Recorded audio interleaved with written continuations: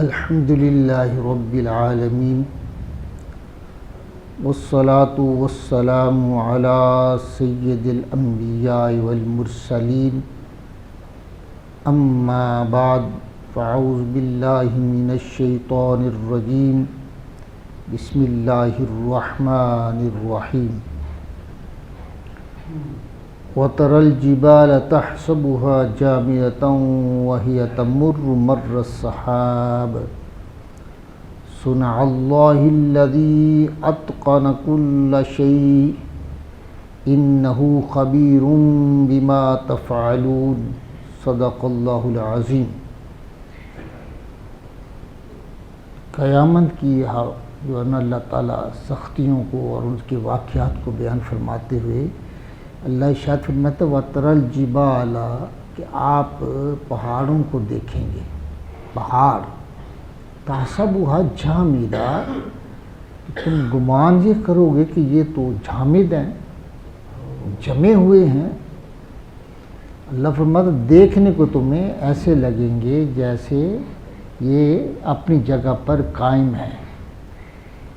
وَهِيَ تَمُرُّ مَرَّ السَّحَابِ اور وہ چلتے ہوں گے بادل کی چال، جس طرح بادل نہیں چل رہے اس طرح سے پہاڑ بادلوں کی طرح چل رہے ہوں گے، وہ جامد نہیں ہوں گے، جمے ہوئے نہیں اپنی جگہ پر، لیکن تمہیں ایسے نظر آئیں گے۔ لیکن ان کی حالت کیا ہو چکی ہوگی کہ وہ اتنے ہلکے ہوں گے کہ بادل کی طرح وہ چل رہے ہوں گے۔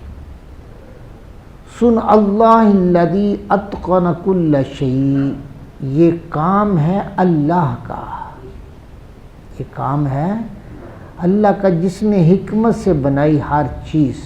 اتقن کل شیء ہر چیز اسی نے بنائی ہے۔ ہاں جی، اللہ اکبر۔ انہ خبیر بما تفعلون بے شک وہ باخبر ہے، اسے خبر ہے جو تم کام کرتے ہو، تمہارے کاموں کی اسے خبر ہے۔ یعنی اللہ جل مجدہ جس چیز کو بناتا ہے، جس کو وہ تخلیق فرماتا ہے اپنی حکمت سے، تو وہ پوری کامل چیز کو بناتا ہے، کیونکہ وہ خود کامل ہے تو کامل کی صنعت بھی کامل ہوتی ہے۔ تو یہ پہاڑ اسی نے بنائے ہیں، اسی نے بنائے ہیں۔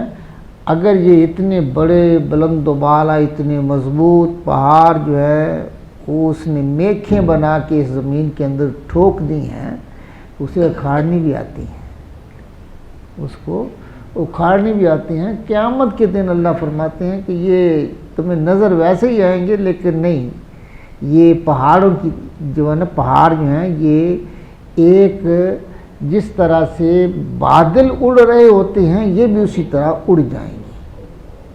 ہاں جی، وَتَكُونُ الْجِبَالُ كَالْعِهْنِ الْمَنْفُوشِ جس طرح روئی نہیں دھن کی جاتی، کبھی دیکھا آپ نے؟ یہ جو اب تو مشینیں آ گئی، تو پہلے وہ پینجے ہوتے تھے، ہاں جی، وہ اس طرح سے تو روئی نا وہ اندر ایک کمرے کے اندر اس کو پینجتے تھے، تو وہ روئی بریک بریک ریس سے ہو کے اس طرح اڑ رہی ہوتی تھی۔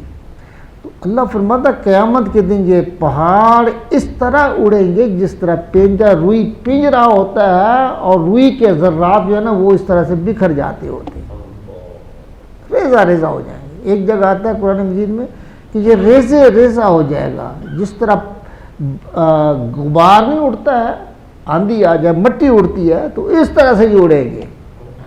یعنی اس کو پہلے اللہ تعالیٰ ریزہ ریزہ کرے گا، پھر ان کو اس طرح غبار کی طرح اڑا دے گا۔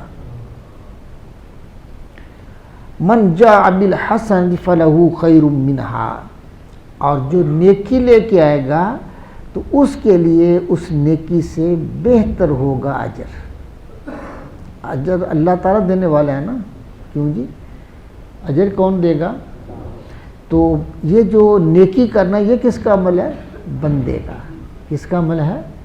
بندے کا عمل ہے، لہٰذا بندے کے عمل سے اللہ کا عمل بہتر ہوتا ہے۔ ہاں جی، اللہ فرماتا تو نیکی لے کے گئے تیرا عمل ہے، اور جزا دینا میرا عمل ہے، تو ایک لے کے آئے گا میں 10 مرتبہ اس کا جزا دوں گا. ہاں جی. اور بعض قرآن مجید میں آتا ہے کہ 700 گنا اس کو زیادہ کر دیا جائے گا. ہاں جی. تیری نیکی کو 700 گنا زیادہ کر دیا جائے گا اور پھر اس کو بھی ڈبل کر دیا جائے گا. ہاں جی. تو یہ اللہ تعالیٰ جو ہے نا، اللہ جزا دے گا تو تیرے بندے تیرے عمل سے بہت بہتر ہوگی. من جاء بالحسنۃ فلہ خیر منہا، جو تو نیکی لے کے آئے گا نا اس کے پاس اس سے بہتر ہے، اس کی بارگاہ میں اس سے بہتر صلہ ہے. وَهُم مِّن فَزْعٍ يَوْمَئِذٍ آمِنُونَ، اور ان کو اس دن گھبراہٹ سے امان ہے. جو نیکیاں کرنے والے ہیں وہ اللہ کے بندے قیامت کے دن جب ہر ایک کو گھبراہٹ ہوگی اللہ تعالیٰ انہیں گھبراہٹ سے امان عطا فرمائے گا، امن دے گا. ہاں جی. وہ گھبرائیں گے نہیں. اب یہ تو حدیث میں آتا ہے کہ اس دن تو انبیاء بھی گھبرائیں گے. کیوں جی؟ آتا ہے نا کہ حضور علیہ الصلوۃ والسلام نے ارشاد فرمایا میں سب سے زیادہ اللہ سے ڈرنے والا ہوں، تم میں سے سب سے زیادہ ڈرنے والا ہوں. اور انبیاء کے پاس جب لوگ آئیں گے کہ ہماری صفات کریں تو وہ کیا کہیں گے؟ آگے چلے جاؤ، میں تو خود بڑا گھبرا رہا ہوں. تو اس کا جواب دیا ہے مفسرین نے کہ اس کی وجہ یہ ہے کہ انبیاء عذاب سے معاذ اللہ خوف زدہ نہیں ہوں گے، بلکہ اس کی صمدیت کی وجہ سے اللہ جل مجدہ کی جو محبت ان پر غالب ہوگی.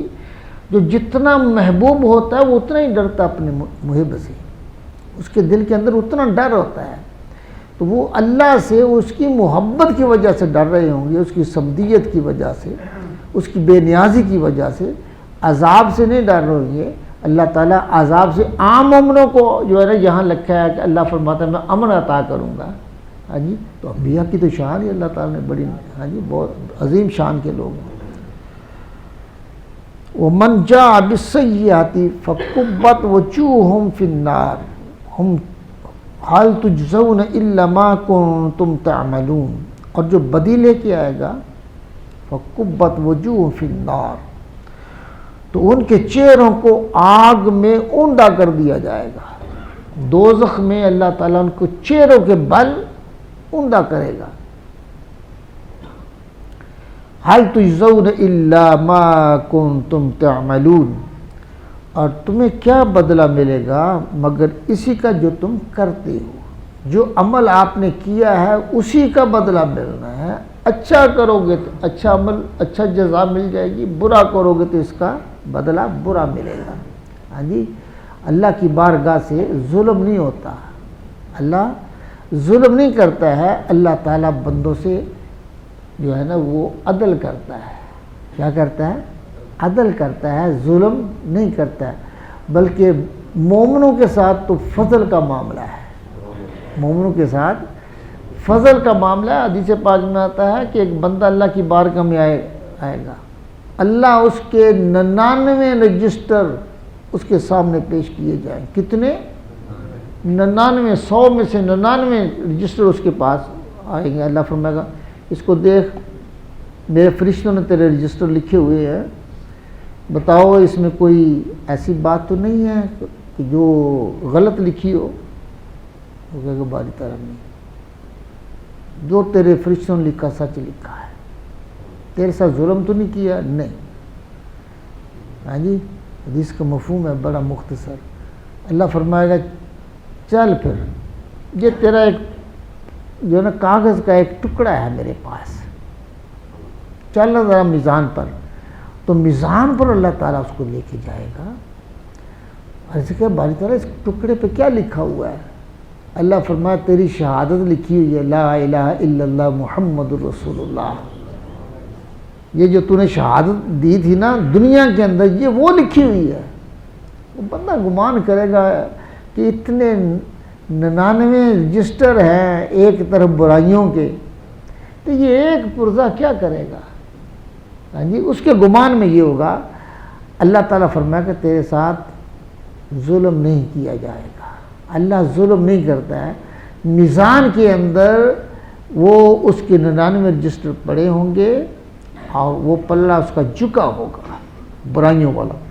اللہ وہ لا الہ الا اللہ محمد رسول اللہ یہ لکھا ہوا جو ہے نا پرزہ جو ہے کاغذ کا ٹکڑا جو ہے یہ اللہ تعالیٰ اس کے دوسرے پلڑے میں رکھے گا، تو یہ پلڑا کاغذ والا نیچے چلا جائے گا اور بدیوں والا اوپر آ جائے گا۔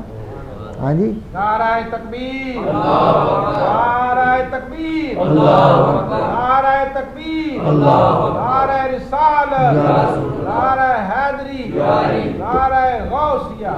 معنی کیا ہوا کہ اللہ کا نام سب پہ باری ہے، اللہ کا نام سب پہ باری ہے، اور ایمان کی دولت اتنی اعلیٰ دولت ہے کہ اگر تمہارے 99 رجسٹر بھی ہوں تو تمہارے دل کے اندر ایمان ہے، تم نے سچے دل سے گواہی دی ہے، تو اللہ تعالیٰ اس کے بدلے تمہیں جنت عطا فرما دے گا۔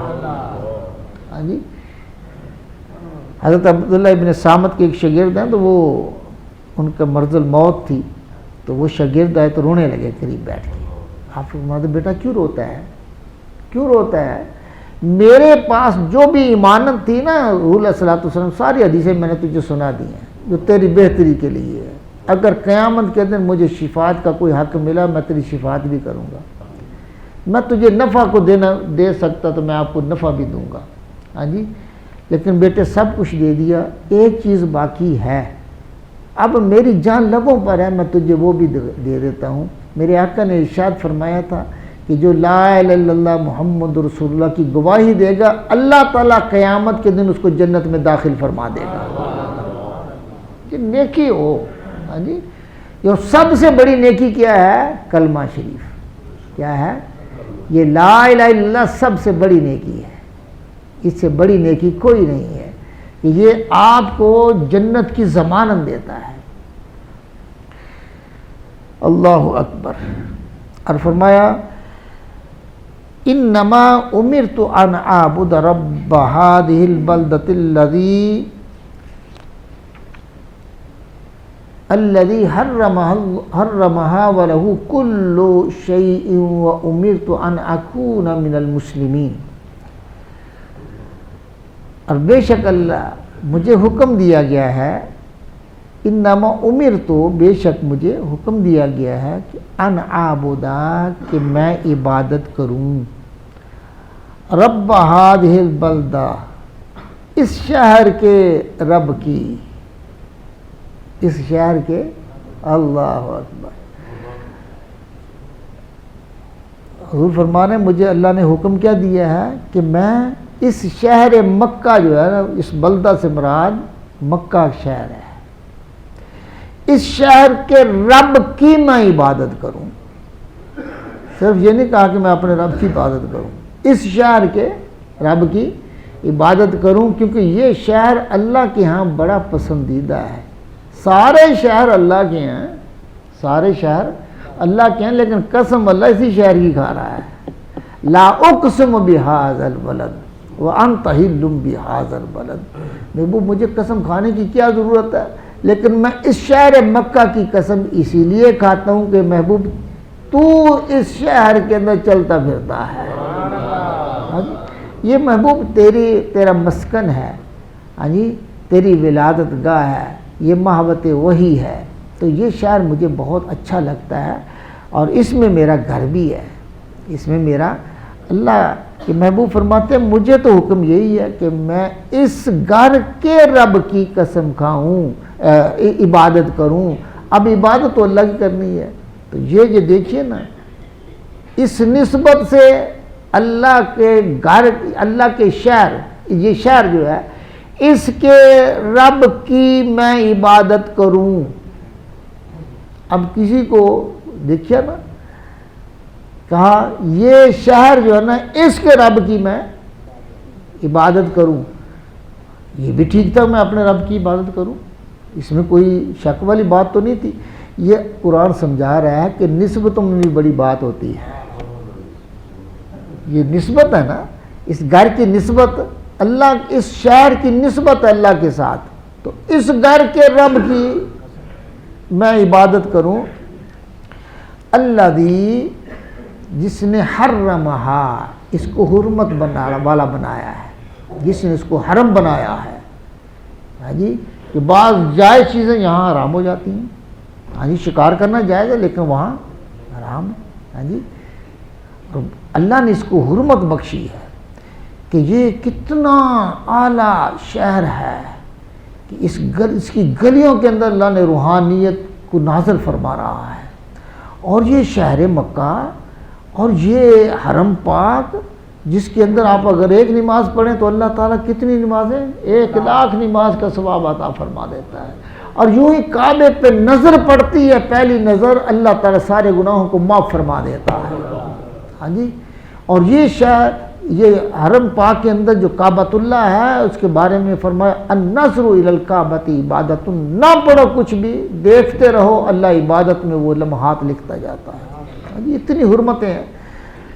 وَلَهُ كُلُّ شَيْءٍ اور سب کچھ اسی کا ہے سب کچھ. وَأُمِرْتُ أَنْ أَكُونَ مِنَ الْمُسْلِمِينَ اور مجھے حکم ہوا ہے کہ میں فرما برداروں میں سے ہو جاؤں مسلمانوں میں سے ہو جاؤں.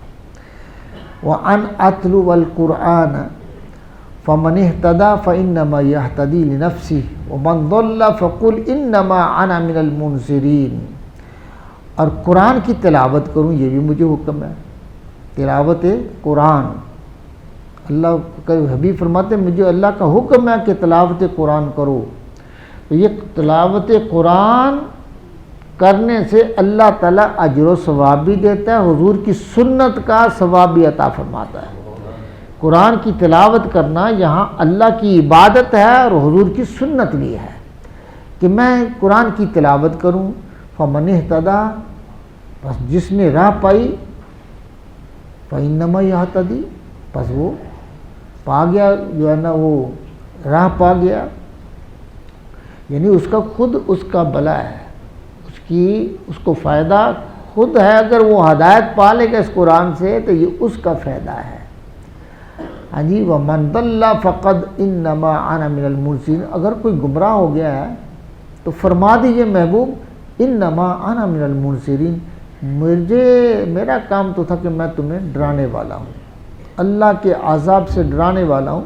میرا کام یہ ہے میں تمہیں ڈراتا ہوں اللہ کے عذاب سے، عذاب قبر سے، ہاں جی عذاب آخرت سے، دوزخ کے عذاب سے میں تمہیں ڈرانے آیا ہوں. اگر آپ ایمان لے آئیں گے ہدایت پا جائیں گے تمہارے لیے بہتر ہے، اگر نہیں رہیں گے تمہارے لیے نقصان ہے. ہاں جی وَقُلِ الْحَمْدُ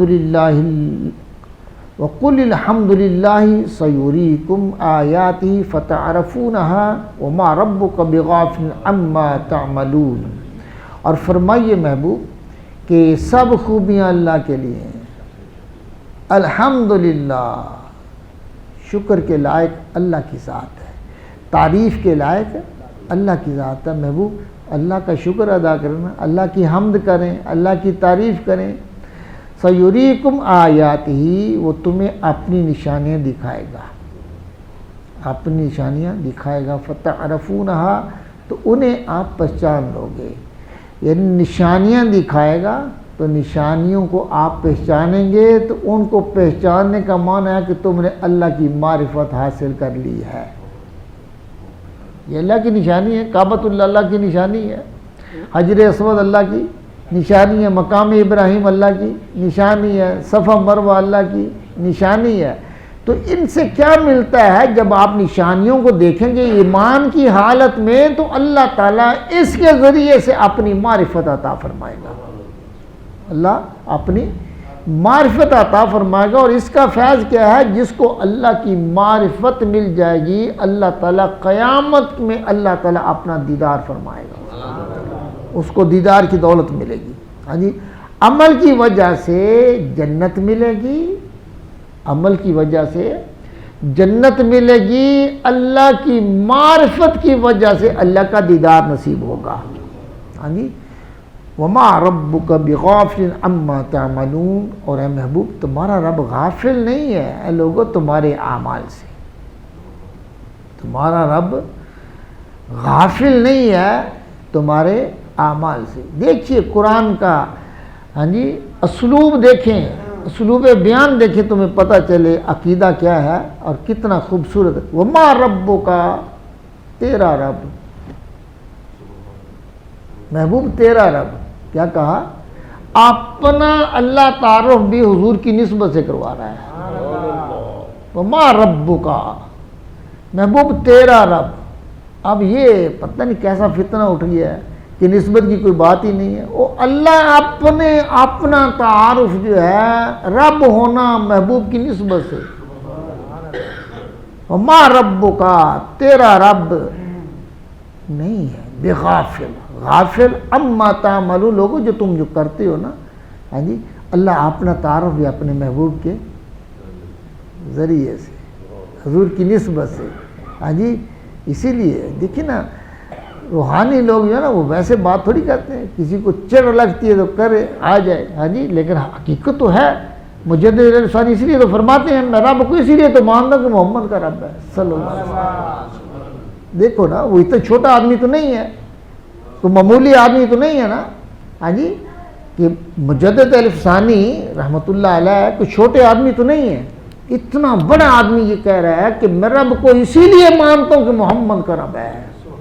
انہوں نے قرآن سے یہ عقیدہ لیا ہے کہ رب کو ماننا ہے تو حضور کی وسیلے سے مانو۔ اللہ کو بھی یہی ایمان پسند ہے، یہی ایمان پسند ہے۔ اللہ تعالیٰ سے دعا ہے اللہ تعالیٰ ہماری اس نسبت کو قائم رکھے۔ وآخر دعوانا ان الحمد للہ رب العالمین، الحمد للہ رب العالمین، والصلاة والسلام علی سید الانبیاء والمرسلین۔ ربنا آتنا فی الدنیا حسنۃ وفی الآخرۃ حسنۃ وقنا عذاب النار وادخلنا الجنۃ مع الابرار یا عزیز یا غفار یا رب العالمین۔